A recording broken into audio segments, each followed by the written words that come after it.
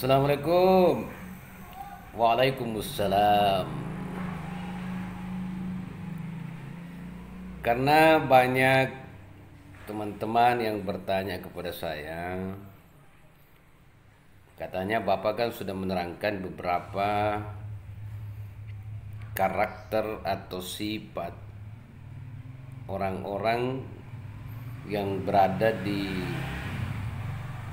tempat-tempat atau di kabupaten-kabupaten yang ada di Sulawesi Selatan. Lalu dia tanya sama saya, kalau orang Parepare itu bagaimana, Pak? Saya menjawab, orang Parepare itu orangnya sangat terbuka. Dia menjadi pintu bagi semua orang.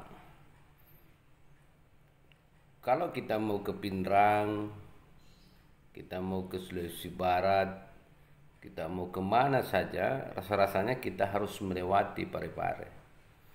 Parepare adalah sentrum, pusat berkumpulnya orang-orang. Wilayahnya kecil, penduduknya tidak banyak, tetapi menjadi primadona bagi semua orang.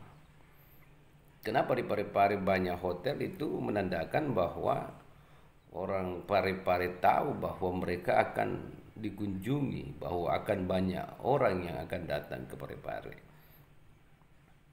Mereka berpikiran maju lebih cepat, berpikiran terdepan dalam segala hal.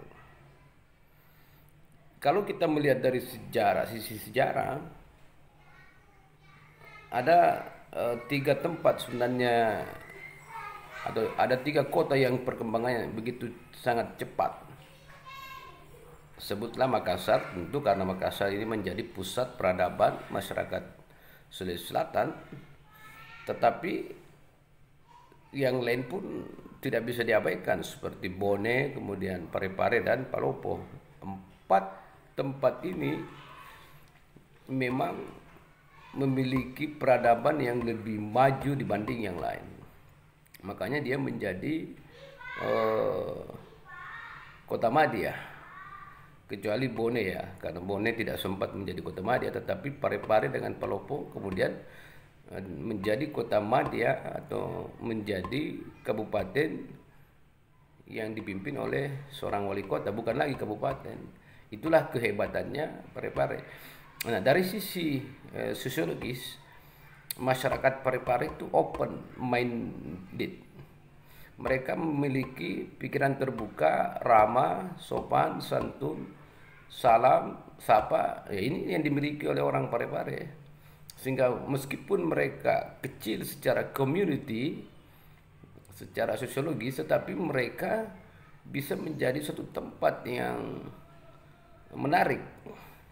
Dan semua orang rasanya harus berkunjung ke sana, harus datang ke sana.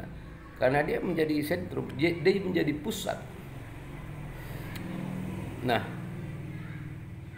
Parepare itu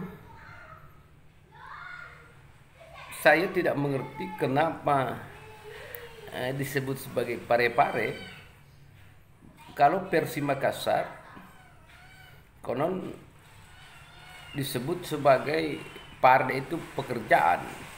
Nah, jadi kalau bertanya orang Makassar, apa yang jodoh pare? Apa yang kau kerjakan? Kalau orang Bugis itu juga bermakna tumbuhan.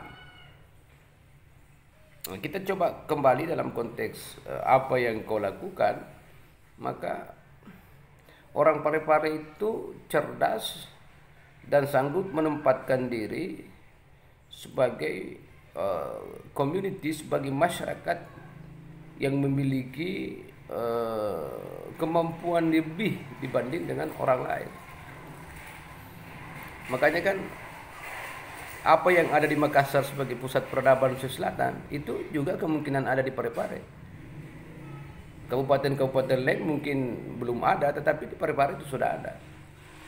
Misalnya ini contoh kecil ya. KFC misalnya. KFC itu adalah satu bentuk peradaban sebagai satu kemajuan apa ya, kemajuan peradaban dalam hal produk makanan.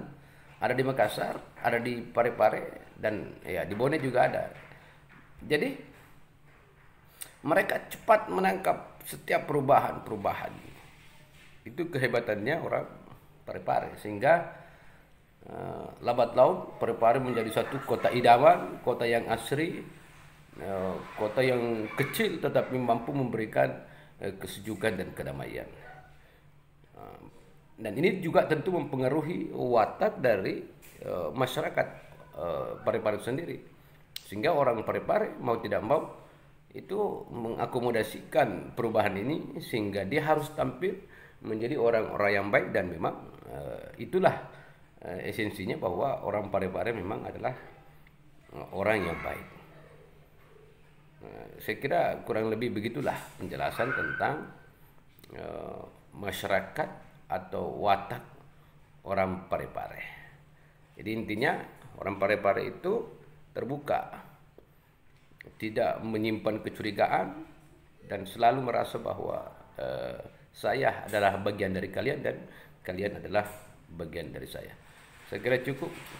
Mudah-mudahan ini bermanfaat dan memberikan nuansa di dalam memahami karakteristik orang-orang Bugis atau orang-orang Sulawesi Selatan, khususnya yang ada di kota Parepare.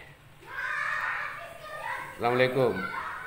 Waalaikumsalam warahmatullahi wabarakatuh.